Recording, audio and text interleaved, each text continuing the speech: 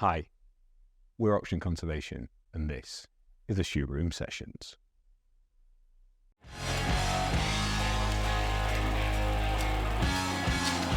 Lee, welcome to your Shoot Room session. Thank you. This feels like it feels like I owe you this one, because my first ever podcast appearance was with you, and that was such an inspiration for us to start doing our own. So thank you. Who are you? What do you do? Wow. Well, thank you first and foremost for inviting me. Lee Cooper, recruiter is how I would define it, and have been so for best part of 30 years. And it's a wonderful industry through which you meet incredible people doing fascinating things. And it's something that I've loved for the longest time. So I think I'm very lucky, very fortunate to have hit upon something purely by chance that I happen to love. Nice. Beautiful segue into one of my sort of preferred opening questions is, what is your career content page? So if you break that down from like school to where we are now, what are the chapters of your career you've gone through? Goodness, that's quite a long time, Rich. Thank you. We've got a long time, so it's fine. We've got plenty of time. Yeah. So, failed footballer. So my ambition in life was to play football at a time at which it was not the global phenomenon. Well, that's not strictly true. In terms of the wealth creation that everybody admittedly conveniently reverts to that. Well, footballers get paid a hell of a lot of money. That's why you wanted to be a footballer.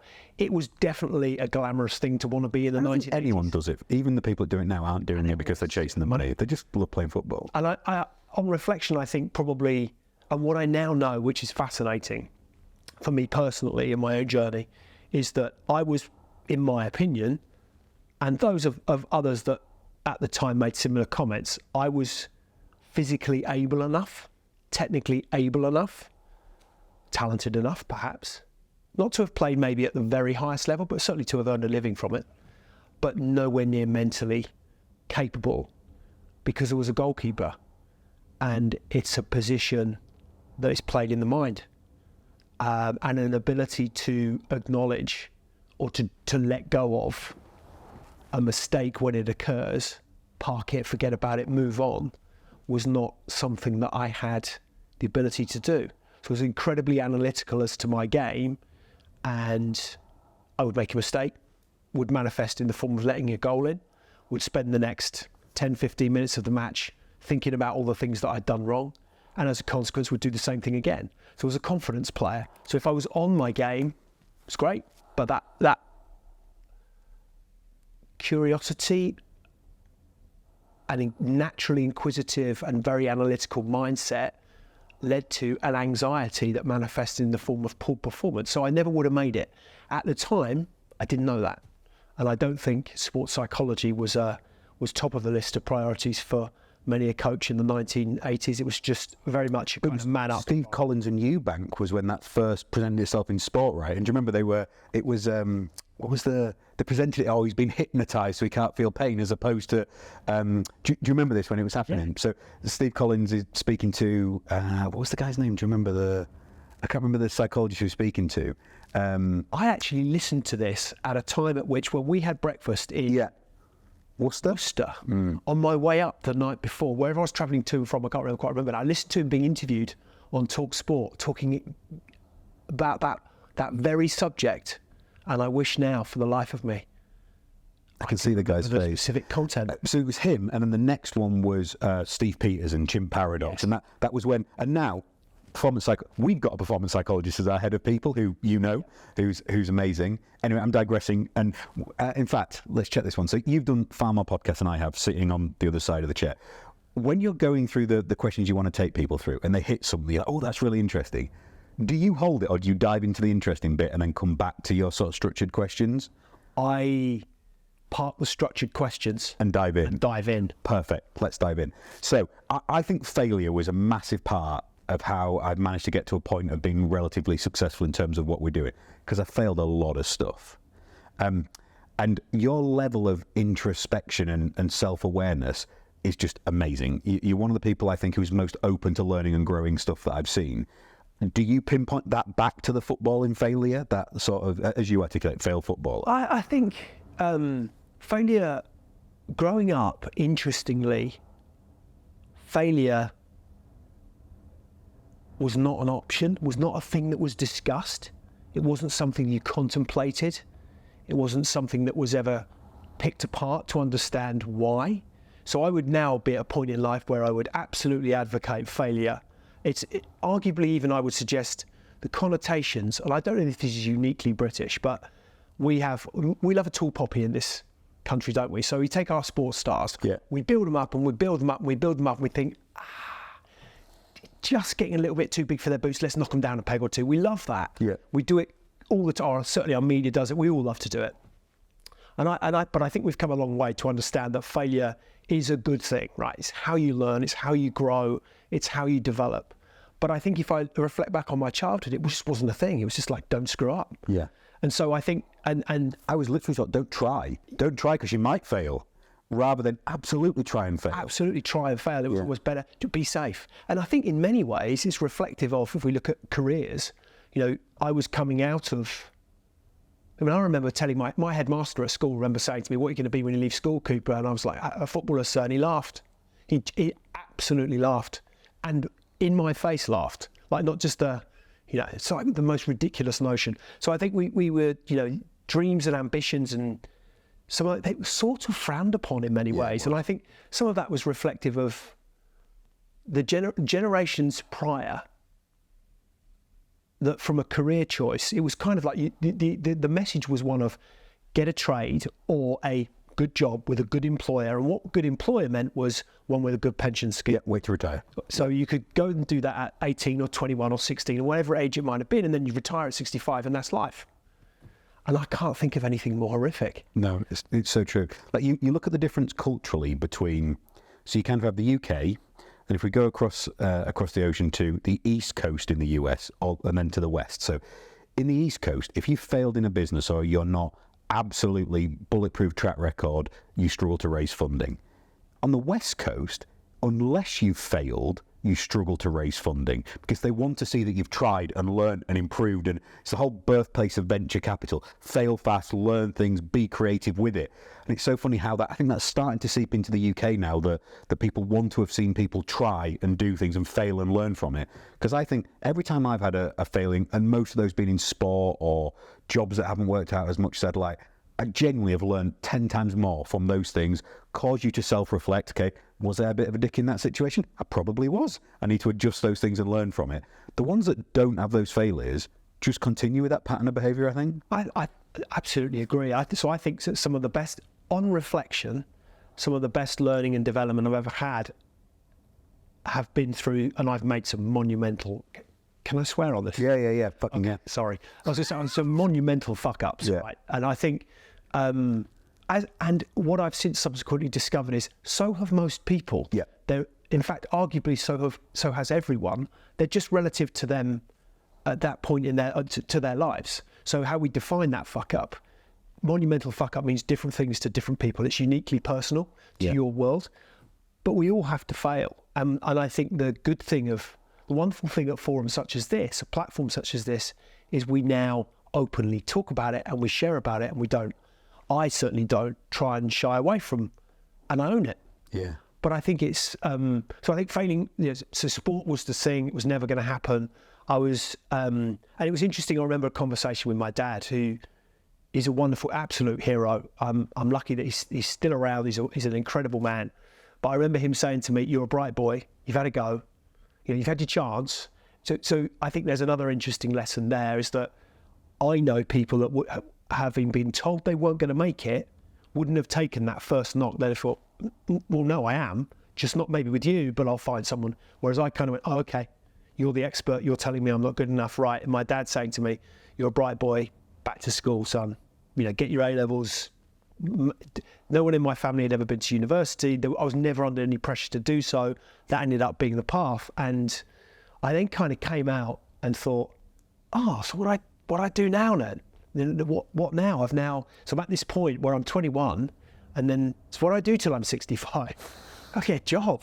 And I was never worked. I did all the stuff that we all did when we were kids, washing pots in. I was always, from the age of 14, I was always trying to earn money. And I remember a very clever advert in the Sunday Telegraph, which how I had to copy the Sunday Telegraph to this day is a mystery, because it's never a newspaper that my parents would have ever have bought. But I remember it was an advert. There was a job section when you used to get appointments sections on a Sunday or on a Thursday, and it was for graduates, any discipline. Do you want to work in Australia? I thought, yep, I'll have a piece of that. That looks grand. And I was attracted by the travel. I didn't even know what a recruitment consultant was. I used a recruitment agency as a student to get work. But the only reason I picked the agency that I'd picked was because I used to walk past this window every day, and I had a bit of a soft spot for the lady that sat in the window. And I thought, I know the best way I can see if I can get to speak with her is by going and see, they've got jobs in the window. She was far too smart. She saw right the way through that strategy. But I fell into recruitment, and I never looked back. And I've done it in various guises ever since. Nice. Just before we leave failure as a topic, one of the things I learned from sort of bumpy career periods is, I think if you have that cataclysmic fuck up, that challenge, the uncomfortableness, the sort of knot in the belly, it feeling unpleasant stays with you until you've learned everything you need to learn from that experience. And suddenly you look up and time passes and you're like, oh yeah, that feels a lot lighter now, probably because that learning's embedded. Does that resonate at all? Absolutely, but not because, actually, if I reflect back, so not making it to play football is not really my fuck up. There is a monumental fuck up in my life which comes with all sorts of collateral damage, of which I'm not proud, but of which I can't change, and has made me the person that I am today. So I think it's like I always remember, I digress, but it's relevant. So do you remember there is a writer called Tony Parsons? Okay. He's written various novels. He writes for years. He's a journalist. I think he's written maybe for the Times. He certainly wrote for GQ for a long time. In the 80s, he was married, in the 70s rather, he was married to a lady who was the kind of doyenne of the punk world.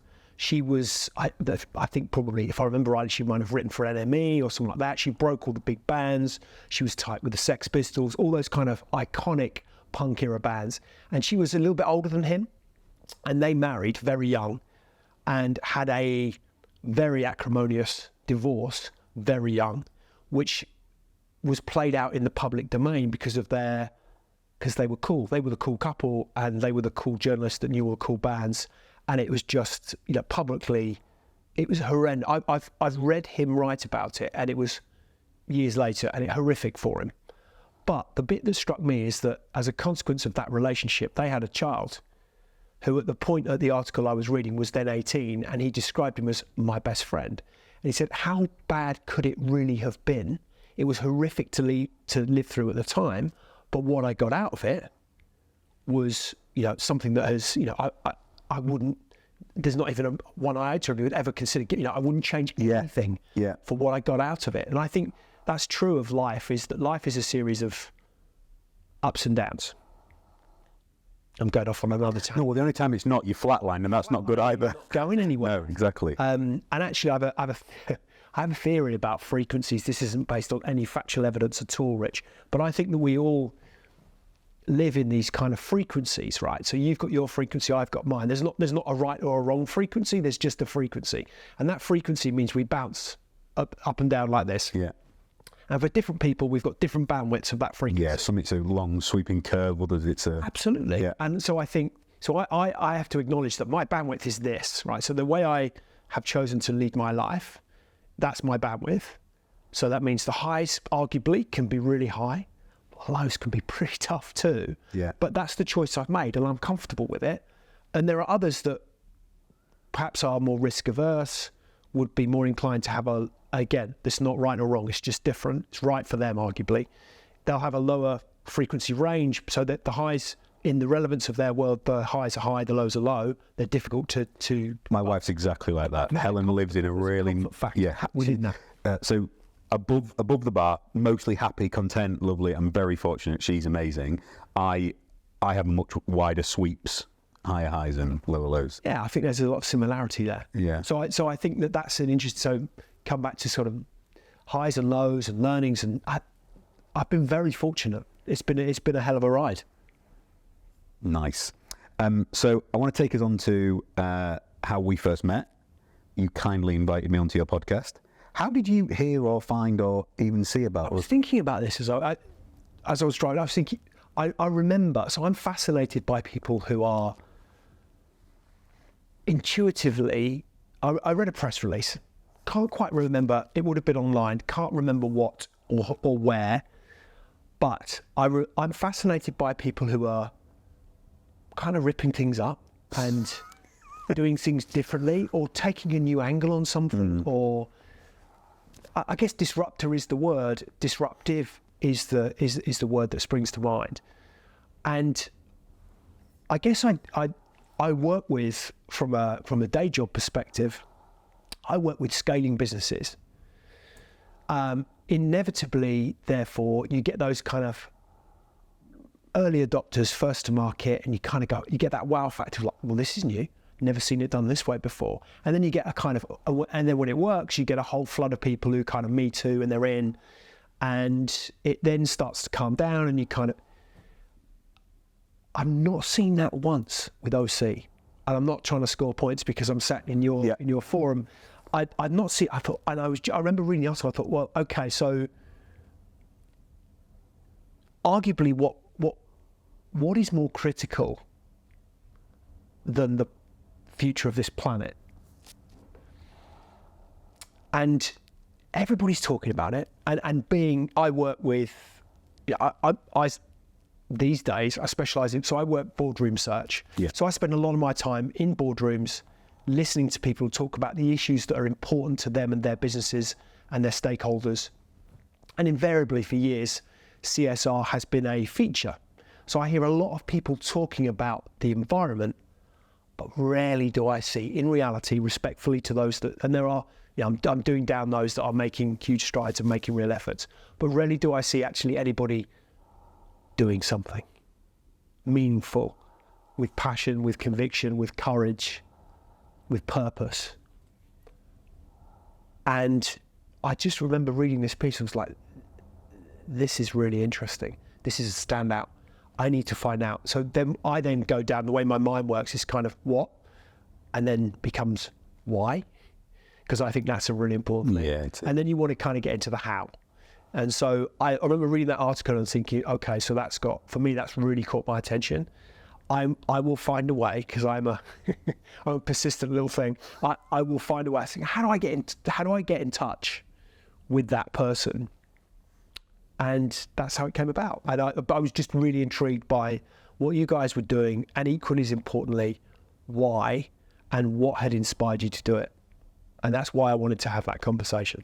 Yeah, and it came at a really interesting time because we had lots of different inquiries in different ways, and I think Elle met with you to start with and was really excited and thought this is the person to help us tell that story to start with, because the first sort of year of OC, I kind of view it a bit like you go back to when Man United were dominating football. As soon as they were linked to a player, the price doubled, okay? And we were going to buy a lot of land for conservation. And if you tell people you're coming to buy a lot of land for conservation, it's like, brilliant, price goes up. So we're trying to be under the radar. We got to that point whereby we'd bought enough that we couldn't be under the radar anymore. And us turning up quietly would cause more questions than answers. So it was that time we were, okay, the website needs to come. We need to be more visible about this. We scaled from sort of me, Dan, and maybe Katie and Josh, so 4 or 5 of us, to 10, 12, we're 20 now. And we needed to start telling that story, and the fortuitous, serendipitous moment of meeting you, it was like perfect. Someone who we could feel that excitement, and you as a person seemed the perfect fit to do that. So it was a great experience. So tell us about the podcast start in general, how Extrology came about when you first kicked off doing that. So the truth is, it was inspiration from a client, someone for whom I'd done some hiring. I'd gotten to enjoy a really good relationship, had a very meteoric rise with his business through an awful lot of blood, sweat and tears. One of those whereby, started on his coffee table, unicorn status. It's phenomenal. So I'm having a conversation. I'm interviewing this particular chap, and it's a kind of tell us your story. It's for a piece of marketing literature. Yeah. Might even have been a blog post at the time. It would have been about 2017. So we've had this conversation an hour. I've got my questions. I've dug into it, into his story, which I'd found fascinating. At the end of which he said, Lee, I've really enjoyed this. It's been great fun. You should do a podcast. It's just a throwaway remark as I'm leaving the room. And when someone just plants a seed, and it just was like, it just wouldn't go away. And I've always felt that, I've spent 30 years interviewing people. And I think oftentimes people perceive, as a recruiter, you're interviewing a candidate for a role. But also equally, you're interviewing the senior leaders or key stakeholders in your client's business to understand the problems they're trying to solve, the aims they're trying to realise, the mission and purpose they have for their business. And squaring the circle that what they tell you they want and what they actually need and want is sometimes and probably often very different. Yeah, because oftentimes recruiting is oftentimes a knee-jerk reaction to a specific set of circumstances. And the default naturally is to go, well, Mary's just resigned, we need another Mary. Yeah. Well, Mary was great 5 years ago and she's been wonderful for the last 5 years, which is partly why you think you need another Mary. But actually for the next 5 years, where are you going? Is that the right person to take you on that journey? So actually asking all those questions and really intently listening is, I believe, the most important, particularly the listening piece, is the most critical skill. So I thought, do you know what? I've spent all this time interviewing people. Why don't I just share that experience? Podcasting affords me that platform. I have no idea how I make that happen, but I'm going to go and find a way. And that's where it stemmed from. And then purely by chance, I one day just jumped on, I think whether it was LinkedIn or something, I remember a post from a couple who just said that we had a business doing this, we've sold it. He's an engineer, she's a marketeer. We've set up this company, we're going to do podcasting, and they were literally 20 minutes from my front door. And I thought, right, my first conversation I'm going to go and talk to these people, because what I want to be able to focus on is, I know nothing about production and sound and editing, all the things I could find out, but it'd be a lot quicker if I played to my strengths and let someone else take care of, with their strengths, the fabulous job they could do. And that was a team of Podcast Labs. And I think I was their first or second client. And it's gone from there. And how many episodes total have you done so far? 70. I think so. So I've recorded, how many published? I think it's 71. I recorded 75. Nice. I've just moved. I was doing bi-weekly. I've now gone to weekly because it's grown a little bit of a life of its own, which is wonderful. I'm very fortunate. Perfect. And on that, we're going to take a pause and come back for part 2, where we'll dive into the podcast a bit more. Brilliant. Thank you. Welcome back for part 2. In the break, we were just talking about politics and the world around us and the next generation of and how much more mature and eloquent and engaged they are than we are. And there's a story I was going to tell you that. So Josh, our amazing podcast producer-in-chief, was with us when we went to see a site in Scotland. And this gentleman landowner in his 70s said, oh, well, it's fine. Your generation aren't interested in politics, are you? And Josh kind of looked up and went, yeah, all my friends vote. We're really interested in politics. And he was like, no, I don't think so. He couldn't comprehend that that's not true, and that actually the next generation are coming and are engaged and interested and are going to hold this government and the next one to account for the debts financially and environmentally and socially that they've run up. We need to save us. Please do. Absolutely. That's my great hope, because, as like I say, I'm hugely encouraged by the energy and the passion and the ideas and the purpose of the younger generations. And I just want to be around that for as long as I possibly can be, because I think if you can, selfishly, I can learn so much from it. I can feed off it. I totally agree. I think it's a great place to be. Totally agree. So I want to take you back to your podcast. Some standout guests that you remember sitting with, and just what's the thing that comes straight to mind? Like, that person was so powerful, or that moved me, or that just wow moments straight off the top of your head.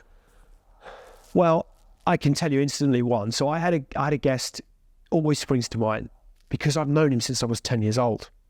There's a guy called Mark Reeves. And I've known Mark since the age of 10. He arrived at my primary school, white-haired kid. He was a skinny little thing, tiny little thing. He didn't say very much. He was really good at football. So we instantly all liked him, because we all liked him. Well, yeah. It's a fast pass, isn't it? Yeah, absolutely. You're in. You can play football. You play football, yeah, you're in. Nice. He's a couple of years older than me, but then subsequently, I then,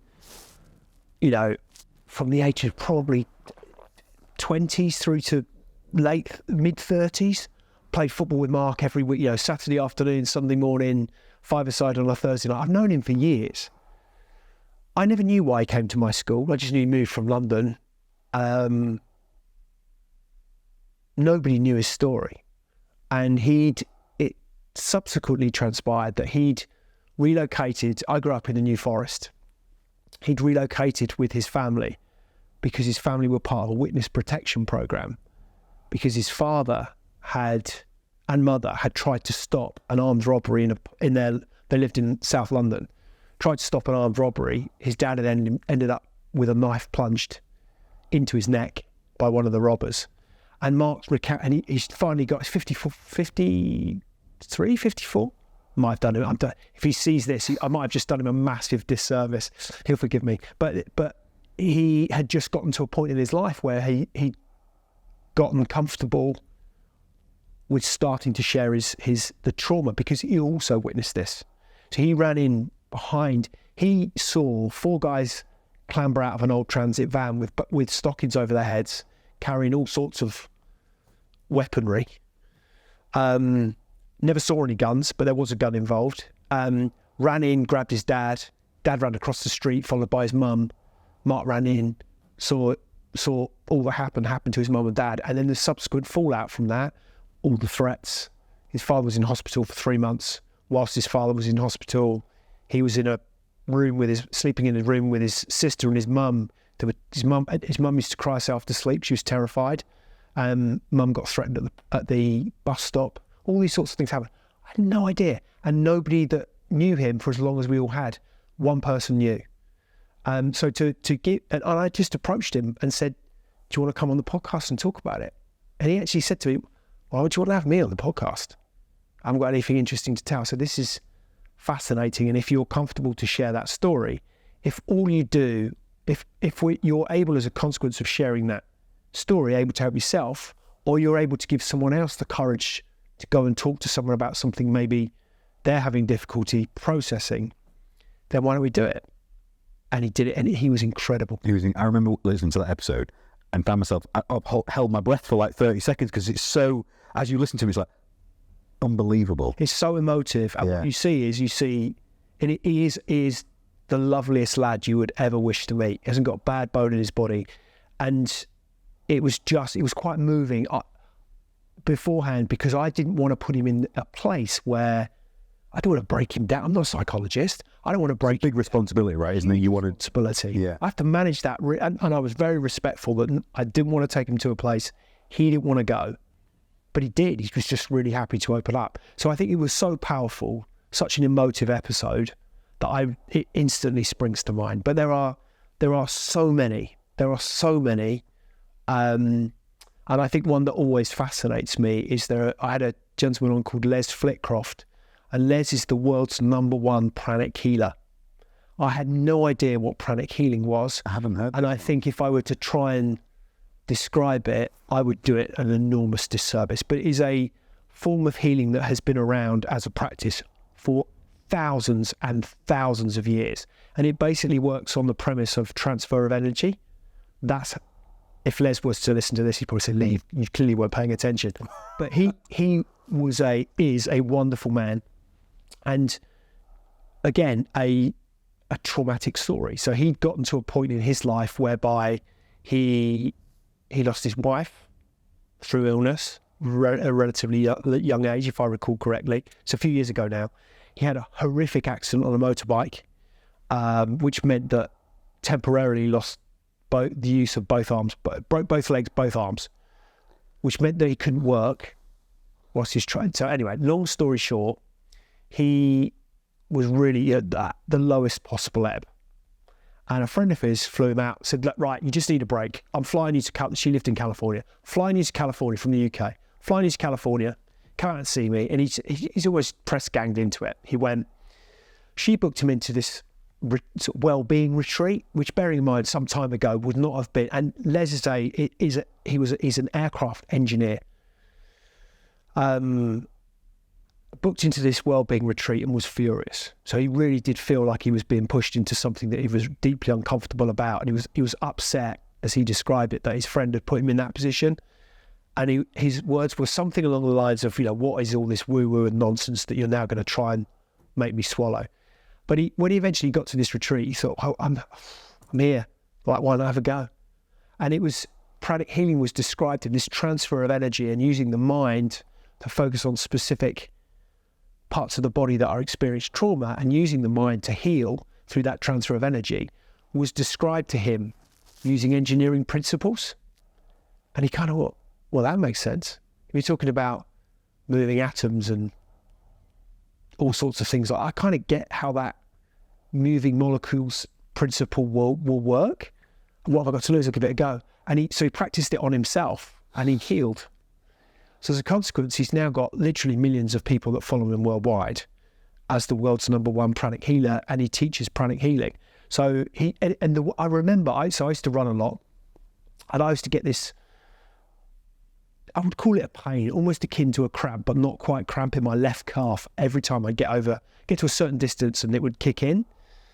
And he said, just try something, Lee. Just when you're running, just focus your mind on that particular spot, and 7 times just say to yourself, away, away, away, away, 7 times. See what happens. Try it. Oh, I got to lose. Do you know, it worked. And that is not pranic healing. And whether it's psychosomatic, or whatever, if that's the right expression, whatever it might have been, it worked. So I think people like Les that have gone from gone on a journey that you might not stereotypically, and clearly we should stereotype, but we might not stereotypically envisage that someone would go from, in his words, kind of dyed-in-the-wool engineer, rides motorbikes, that's what he does, to now he's in this world of healing, and the journey that he's been on was incredible. So it's just a privilege to hear people's stories. Some of them are of significant size and magnitude. I had one particular chap, Dave Ashley, sadly no longer with us, but Dave was a fighter pilot who had to eject in a combat zone over a desert. He couldn't say where it was, but as a consequence of ejecting, he'd been hit, his wing had been hit, and so he was in a spin. So when he ejected, he didn't know which way was up, and he wasn't up the right way. So he basically knocked himself out as he came out of the ejector seat. The canopy he knocked himself out, broke his cheekbone, broke his back, dislocated his shoulder. He's hanging in a parachute above the desert, looking down. He said, you know what, Lee, it's sod law. I'm looking down. When he come round again, he knew that his back was screwed. He knew his shoulder was dislocated. He could barely hold on. He couldn't control the parachute because of the dislocation of his shoulder. He knew he was in a lot of pain. He then said, I'm looking down at a desert. I see one building, which of course is the building I'm going to hit, rather than landing. So he hits this building, he hits a rock, I think, or the edge of a building, the only building for miles around, breaks his ankle, lands on the floor in the middle of the desert, and is thinking, I'm kind of screwed, right? I'm in the desert, it's heat of the day, everything is broken, I'm in a lot of pain. And a Bedouin tribesman appears with a satellite phone. Like, in effect, they exchanged, can I borrow your phone? Use the phone. He gets medevaced out. So it's, you meet people who've got these incredible stories, and those are, as I say, that we all attribute different levels of magnitude to these things. I think it's the range that's amazing. It's an eclectic mix. And that's what you love, right? The range of experiences and learning and everything that's there. Yeah, I think you can learn something from everyone. And in my experience, everyone, and I genuinely mean everyone has a story. Yeah. So one thing you're wonderful at is getting to that story. So if you were giving someone, me, for example, advice on how to have a great conversation, what are the key bits you tell someone out there? How do you have a wonderful conversation?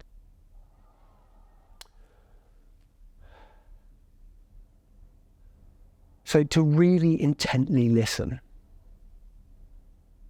is, and I mean, and listen to seek understanding, not listen to respond. I love that quote. Yeah. That's the key, is that,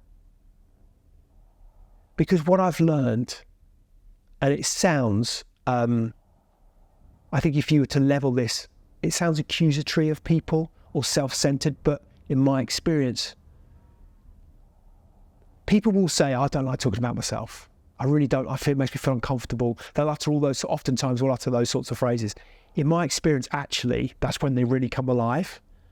You've just got to create an environment that makes them feel comfortable, that they can share, and then they really do come alive. And then if you're really listening, you'll ask questions to dig just that little bit deeper and just that little bit deeper until you get to a point whereby you sense perhaps they're not comfortable going further. Yeah. Or actually you've got out, it's kind of, they've said what they need to say, and you get that sense from people, I think. But I think the key is to listen. That ultimately, and I think many people think, you've got to have great questions, really insightful. But, well, yeah, you do have to have sensible questions, but they don't have to be, you have to reinvent the art of the question. You just have to listen, and then people will respond. That's what I've enjoyed the most about our little journey into the shoot room, is asking to listen and being the person that hears all the stories, because the vast majority of the last year I've been telling our story all the time, so it's really lovely to sort of invert that. So I'm going to take you back to the boardrooms now and the day job. When you're there and you are listening to understand the challenges and the requirements of those companies, is the environment and the climate becoming more of an issue that they're referencing and aware of and need to solve? Is that something you're hearing more and more now? Do you know, I thought about this long and hard, and what I want to say is yes. What I have to say is no. And I think as I was almost shifting uncomfortably as I'm being frank about that, because that then, I'd never really thought about it. And when I do, it alarms me. Yeah. So I think we live in, we're at this, we live in fascinating times. If you look at the level of technological innovation, I mean, I just look at the scale of innovation in my lifetime. It's been phenomenal. When my first ever proper job, I didn't have a computer on my desk. I didn't. I had a fixed line phone, 9 for an outside line, and a Rolodex. I mean, it's pretty cool, but it was a Rolodex, and a trolley with files. And just a note conversations with the client file. And so look at where we are today. So if I look at the scale of innovation and the advancements that we've made, it's incredible. And yet the one advancement, I mean, I remember doing holes in the ozone layer in GCSE geography in 1988. And yet here we are, we're still talking about, and every successive government, they just kick the can down the road. It becomes someone else's problem.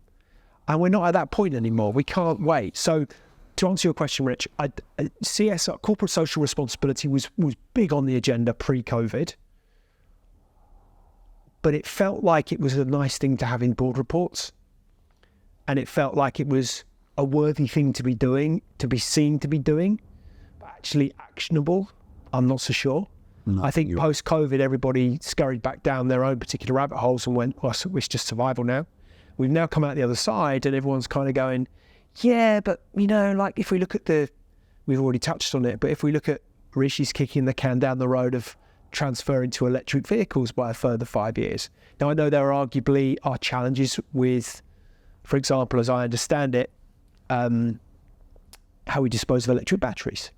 So all of these things have got challenges, but it felt like, that felt to me like a significant step in a direction that made a bold statement that said that the UK, for example, is taking climate change seriously and is taking steps to address it. and we keep making these retrograde steps. So Yeah, we're not so much kicking it down the road as like blowing it into all, like just obliterating the concept that we give a damn about the environment. I'm not surprised to hear you say that you're not really seeing that. I think it is lip service for lots of businesses at most at the moment. And that is both depressing and depressingly real. We know that's the case. We know there's a hell of a long way to go. In so many of the big societal issues we've had to deal with and are still dealing with across the globe, from gender equality to racism to sexism to every form of prejudice that's out there, they take multi-generations to solve. yeah, We've got a few generations of realising the magnitude of what we're dealing with.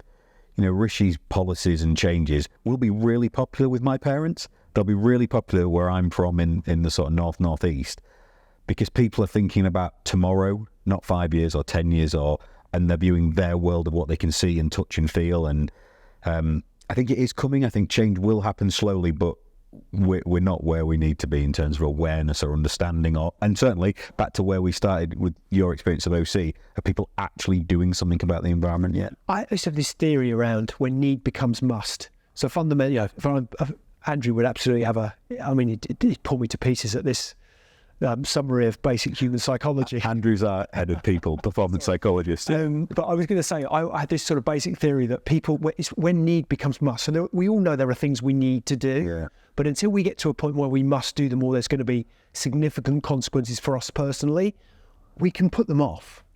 It's that wake-up call moment, right? Okay, I need to do something about this. Something's just sprung to mind. I remember a conversation I had with a guy in my local gym at Christmas who I've known for a long time. And it's one of those, I'm always very conscious when you say to someone, you look great, because it kind of implies the last time you saw them, they didn't. Oh, yes. But I remember saying to this guy, Mark, go on, mate, what are you up to? You look fabulous. And he was talking about this particular fitness regime and diet regime he was on, and it had really had an impact for him. And part of it involved no booze. That was one of the things that he was going through. But he acknowledged that had the biggest effect. But one of the things he said, the thing that struck me, he said, so I realised now I spent the first 40 years of my life trying to kill myself, and the next 40 years of my life I'm trying to keep myself alive. And it's interesting. That's balance. It's really balance. But what he meant was really, like literally you get to a point, and it might not be 40, but you go through this spell through your youth where you kind of feel like you're bulletproof. Yeah. And you're utterly unaware, blissfully unaware, rightfully, of your own. First big sporting injury for me, I thought I was invincible. Then tore a knee apart, and you're like, oh. Yeah, I can break. Yeah. So then you get to a point where, and I think Mark's point was he's 57. His point was he was starting to, he'd just been to an old friend had just lost his mother. Start to become aware of your own mortality. You start to think, actually, when I break things now, they don't fix quite so easily. I've got to start to take care of myself. And I think there's a little bit of an element of that kind of, from a planetary point of view, that it's kind of like, well, it doesn't really affect me today because I can just, but whereas now I'm getting older and I'm thinking about, well, what about my kids? And what about if they have kids? They may do, they may not, it's their choice. But if they're kids, if I have grandkids, what about that generation? How is all this going to affect them? So how do I take myself out of what is a really selfish lens historically, which is, climate change, but I'm still going to get my takeaway coffee in the same, in another disposable cup. And the impacts are being seen elsewhere. They're not being seen as prevalently in the UK at the moment. Well, they're being seen across the world, right? Point. Like, climate change is something that happens elsewhere, right? Yeah. We talk about and absolutely have lots of evidence, and you're more familiar, far more educated on this than I am. We've got lots of evidence of the impact of flooding, the impact of drought in the UK. But at the moment, a lot of the impact of climate change almost feels like, this is an awful thing to say. I know what you're going to say, yeah. It feels like a bit of a plus. Yeah. It's like, the summers are a bit warmer. I can wear my shorts a bit longer. Selfish again, but I'm not suffering from, I can still take water out of my tap. It's not affecting my ability to drink water or to still buy the right food in my supermarket. Yes, the prices are going up, so I'm feeling it in the pocket, and I'm a bit pissed about that. But that, again, is still a selfish view. So there's all these things that, at the moment, they're historically, I think, for too long, have been things that happened elsewhere. If I go back to my shocking GCSE geography analogy, I remember doing slums in Brazil. Like, we don't have slums in the UK. Slums are something that happen elsewhere.